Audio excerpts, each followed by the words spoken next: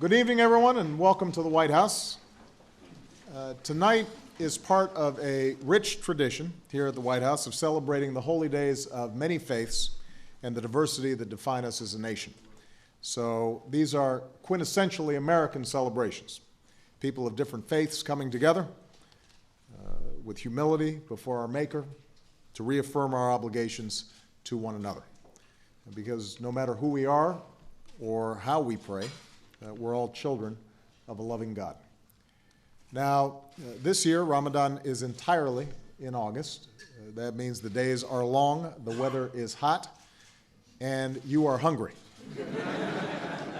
So I will be brief.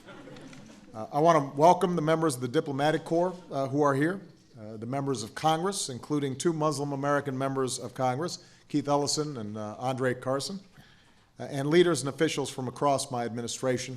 Thank you for all for being here. Please give them a big round of applause.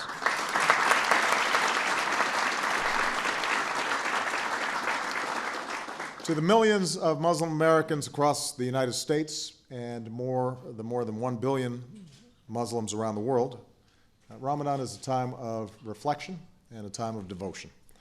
It's an occasion to join with family and friends in celebration of a faith known for its diversity and a commitment to justice and the dignity of all human beings. So to you and your families, Ramadan Kareem. Now, this evening reminds us of both the timeless teachings of a great religion and the enduring strengths of a great nation. Like so many faiths, Islam has always been part of our American family, and Muslim Americans have long contributed to the strength and character of our country in all walks of life. This has been especially true over the past 10 years. In 1 month, we will mark the 10th anniversary of those awful attacks that brought so much pain to our hearts. It will be time to honor all those that we've lost, the families who carry on their legacy, the heroes who rushed to help that day, and all who've served to keep us safe during a difficult decade. And tonight it's worth remembering that these Americans were of many faiths and backgrounds, including proud and patriotic Muslim Americans. Muslim Americans were innocent passengers on those planes, including a young married couple looking forward to the birth of their first child. They were workers in the Twin Towers, Americans by birth and Americans by choice, immigrants who crossed the oceans to give their children a better life. They were cooks and waiters, but also analysts and executives. There, in the towers where they worked, they came together for daily prayers and meals at Iftar. They were looking to the future, getting married, sending their kids to college, enjoying a well-deserved retirement. And they were taken from us much too soon.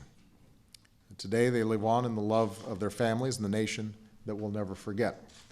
And tonight, we're deeply humbled to be joined by some of these 9/11 families, and I would ask them to stand and be recognized, please.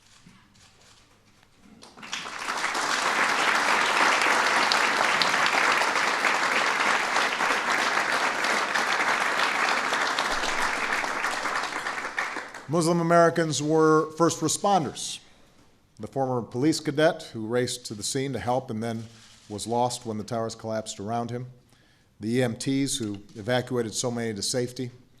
The nurse who tended to so many victims. The naval officer at the Pentagon who rushed into the flames and pulled the injured to safety. On this 10th anniversary, we honor these men and women for what they are, American heroes. Nor let us forget that every day for these past 10 years, Muslim Americans have helped to protect our communities as police and firefighters, including some who join us tonight.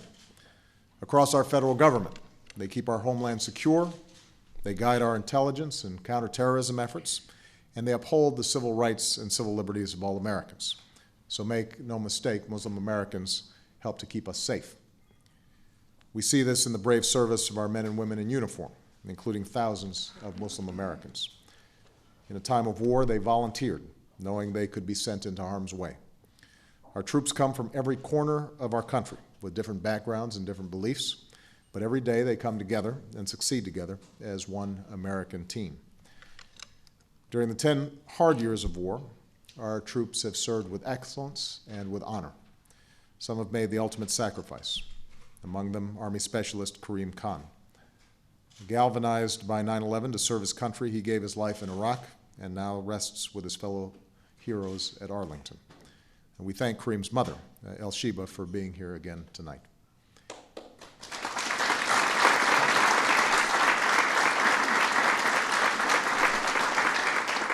Like Kareem, this generation has earned its place in history, and I would ask all of our service members here tonight, members of the 9/11 generation, to stand and accept the thanks of our fellow Americans.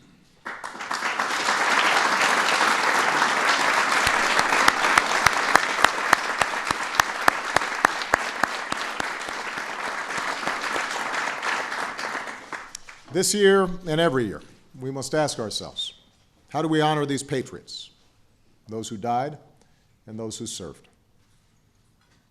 In this season of remembrance, the answer is the same as it was 10 Septembers ago.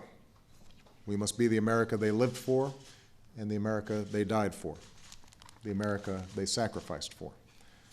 An America that doesn't simply tolerate people of different backgrounds and beliefs, but an America where we are enriched by our diversity.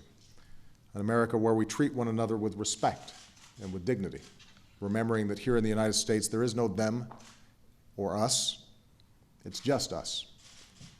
An America where our fundamental freedoms and inalienable rights are not simply preserved, but continually renewed and refreshed. Among them, the right of every person to worship as they choose.